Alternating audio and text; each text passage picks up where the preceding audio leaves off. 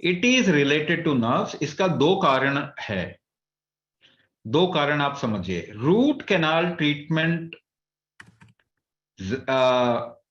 जो है कोई सही ट्रीटमेंट नहीं। रूट कैनाल ट्रीटमेंट आपको जीवन भर के लिए पंगु कर सकता है, जिंदगी भर के लिए आपको बर्बाद कर सकता है। आपके शरीर में ऐसे ऐसे इन्फेक्शन आ सकते हैं जो कि पहले कभी नहीं आए थे। तो दो पार्ट, एक तो नर्व से रिलेटेड है, आप अगर दांतों को निकलवा लें वो ज्यादा बेटर रहता है। रूट कैनाल ट्रीटमेंट बहुत अच्छा नहीं रहता। बहुत लोगों के साथ में उनकी लाइफ बर्बाद हो गई और उनको पता भी नहीं चल रहा कि वो किस वजह से, केवल रूट कैनाल ट्रीटमेंट की वजह से। उनको लगता है इससे कैसे प्रॉब्लम आएगी, इससे आपकी लाइफ में मल्टीपल इश्यूज आ सकते हैं।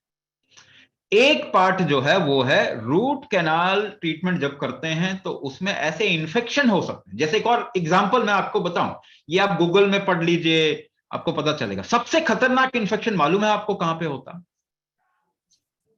सबसे खतरनाक इन्फेक्शन ऑपरेशन थिएटर में होता। ऑपरेशन थिएटर से अगर आपको इन्फेक्शन हो गया तो उसको ठीक होने का चांस नहीं है। क्यों? क्योंकि जैसे जैसे आप माइक्रोकेमिकल इस्तेमाल करते हैं, तो पहले मालूम होता था आपको डीडीटी यूज किया जाता था। 40 साल पहले कॉकरोच भी मर जाते थे, आजकल उस पर डांस करते हैं वो। अब डीडीटी डाल के देखो, कॉकरोच को कोई फर्क नहीं पड़ता। तो एक शब्द समझिए कि जो लिविंग जगत है, जागृत जगत है, वो अडेप्ट करता है। आप मारने की कोशिश करेंगे, वो जिंदा रहने की कोशिश करे, तो वो अडेप्ट करता जाएगा। तो वो कॉकरोच अब रेजिस्टेंट हो गए। यानी अब देखो, एक ही ट्रीटमेंट केमिकल से जो होता है वो है इंफेक्शन। 80% ट्रीटमेंट, बीमारी का कोई इलाज नहीं है। 20% इंफेक्शन बीमारी जो है उसका केमिकल बम्बार्डिंग से इलाज है। ठीक है, लेकिन उसके साथ में सबसे बड़ी प्रॉब्लम क्या है? रेजिस्टेंस। एक दवाई जो आज काम करेगी 10 साल के बाद नहीं काम करेगी। तो इसीलिए बार बार नए केमिकल्स निकाले जाते हैं। उस चक्कर में ह्यूमन बॉडी का जेनेटिक्स जो है ना, जेनेटिक डिविएशन बहुत ज्यादा हो गया। तो कहते हैं नहीं जी, आपको तो जेनेटिक बीमारी, आपके पिता को डायबिटीज है तो आपको भी होने का चांस है। पर 100 साल पहले तो किसी को नहीं था। फिर कहां से आया? क्योंकि हम जेनेटिक डिविएशन भी कर रहे हैं। ये जेनेटिक डिजीज मॉडर्न डिजीज है, ये पहले नहीं था। तो जेनेटिक डिविएशन अगर आप कर देते हैं, फिर भूल जाइए, फिर आप तो आप नहीं रहे। आपका शरीर तो मानव शरीर ही ना, कुछ और ही हो गया। उसमें इतने मल्टीपल डिसऑर्डर होंगे तो वो किसी केमिकल से और खराब होंगे, और किसी कहीं से भी रुकने वाले नहीं है। तो आपके जेनेटिक डिविएशन को रोकना सबसे बड़ी प्रॉब्लम है आज की। और उसको कैसे रोका जा सकता है?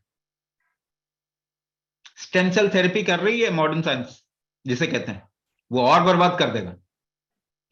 आपका कुंभक जो है ना, वो जेनेटिक, ये इसे कहते हैं एपीजेनेटिक ट्रिगर है आपके शरीर को। एपीजेनेटिक ट्रिगर है आपके शरीर का कुंभक। आपके शरीर का ही पार्ट है, आपके फंक्शन का ही पार्ट है।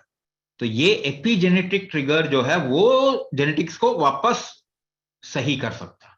जो डिविएट हो गया उसको वापस खींच सकता है। क्योंकि आपके घर में कुल देवी कुल देवता तो रहे नहीं जो कि जेनेटिक डिविएशन को रोकते थे। आपने तो दकियानूसी के चक्कर में उनको भगा दिया। तो आपकी कुल देवी और कुल देवता जो थे ना, वो जेनेटिक इंजीनियरिंग का कटिंग एज टेक्नोलॉजी थी। फिरंगियों को थोड़ी समझ में आने वाला है। तो आपके जेनेटिक डिविएशन को रोकने का तरीका था, वो आपके जेनेटिक एनर्जी थी जिसको स्थापित किया गया था। ये सब टेक्नोलॉजी, ये सब साइंस हमारी देना दुनिया को, हमने दिया साइंस। वो चुरा के ले गए, चुराई हुई चीज हजम नहीं होती। इसीलिए मैं बार बार बोल रहा हूं, आप लोग समझदार लोग, लेकिन आप पढ़ लिख गए हैं, प्रॉब्लम ये है। तो उसको हटा के अपनी बुद्धि का इस्तेमाल करें। अगर कोई चीज इवन जेनेटिक डिसऑर्डर है उसको भी हम ठीक कर सकते हैं। टाइम का फैक्टर है केवल, समय किसी चीज में जल्दी हो जाएगा, किसी चीज में टाइम लगेगा। मगर अगर टाइम भी लगे तो आपके पास ऑप्शन क्या है? और तो कोई ऑप्शन भी नहीं बचा। तो work towards correcting the forces, the factors, the flow of this body. अगर ये आप करेंगे तो 100% आपको फायदा ही होगा, आपकी लाइफ बहुत सुंदर हो जाएगी, और कोई तरीका नहीं है।